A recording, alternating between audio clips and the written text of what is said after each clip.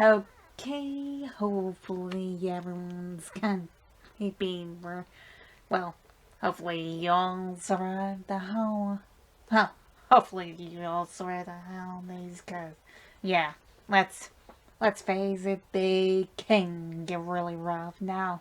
Let's go for some more Steel Ball Run, yeah! Okay, so when we're at the start of chapter 7, Barriers will be checking on Poco Loco and the Salmon as the supposed lucky man wonders why he overslept if he's so lucky.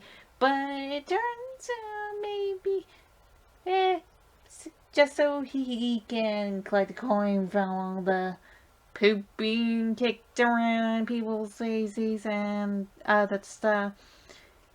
And now but just reminds me of why I try to be early for some things.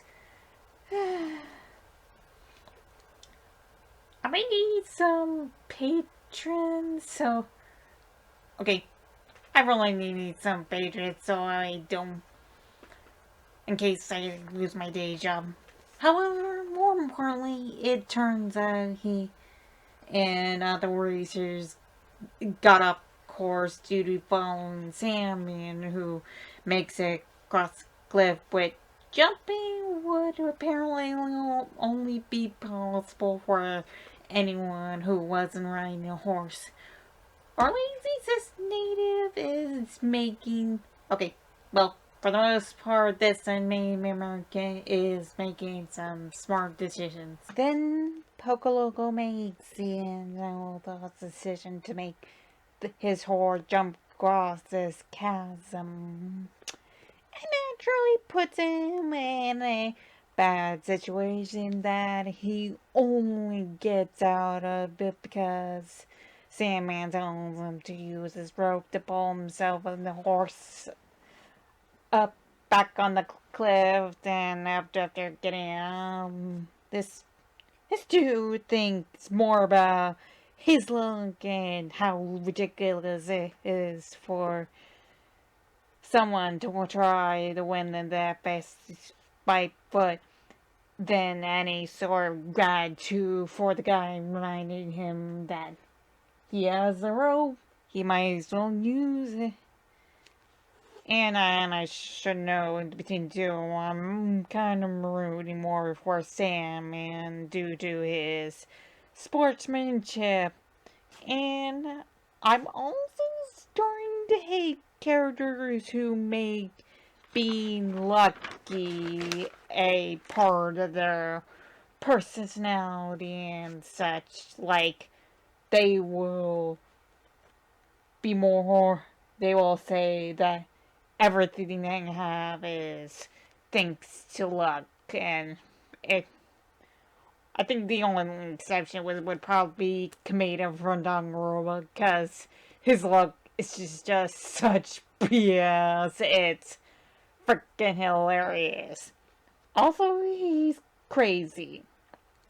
Anyway, these two racers managed to catch up with the leading group, and Gyro still Lily Pakaloco Tetails alongside Johnny, whose inner monologue reminds the audience that his motives aren't about winning the race.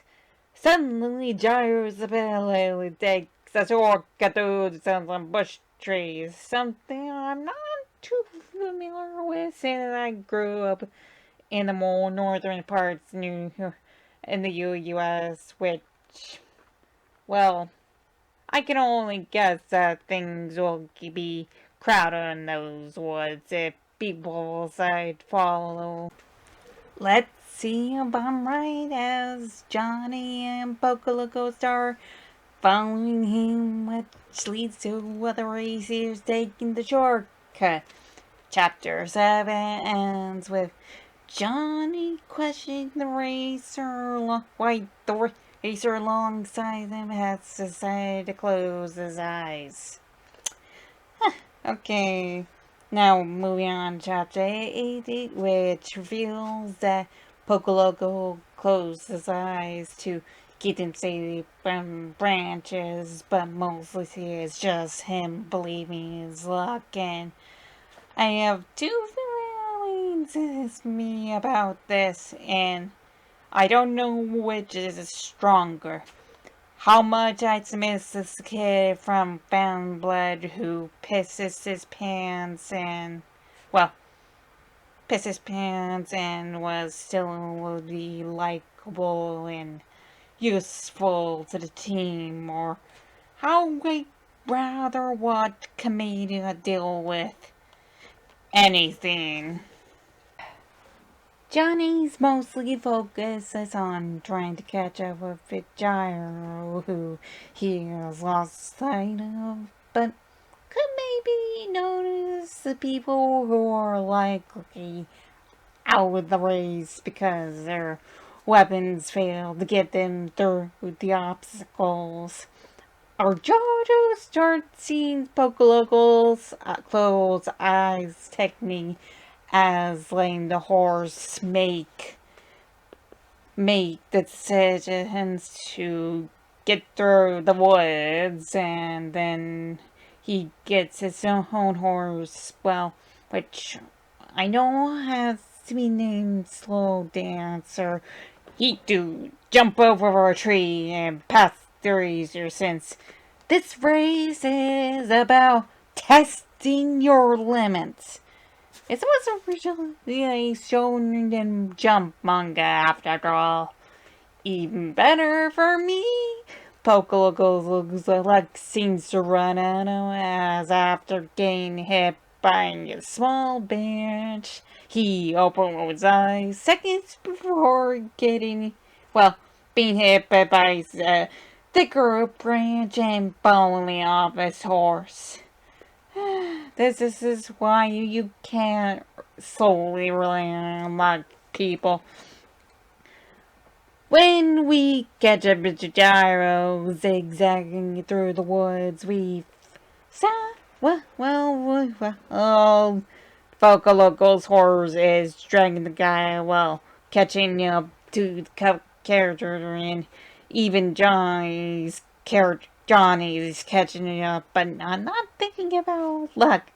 With people catching up to him, Guitar decides to use his balls to bend such trees that bend back to hit Pokoloco, but unfortunately getting him back on his horse so he can catch up with that Gyro, and our chapter ends with this guy proclaiming his luck is the best. You know, when I look back at the baseball player Lou Gehrig, he seemed to call himself lucky to show gratitude for being able to live his dream of being the baseball player for the supposed, maybe the best baseball team of his hometown. But not for what this guy and other characters seem to gloat about. I mean, we spent a lot of time harking on Pokoloco, but the fact that he seems to be a character archetype that I'm really starting to hate. I might need a trope to episodes on lucky characters. Someone called right on that. However, I still enjoyed these two chapters, and I'm now out of the territory of the sole manga volume that I own, and that's just not in English, mind you. So I might not limit myself to two chapters a vlog from now on. It will be more about how many pages of notes and of writing. Chapter 23 will still be an indie point for one of them, and that I will explain when we get there.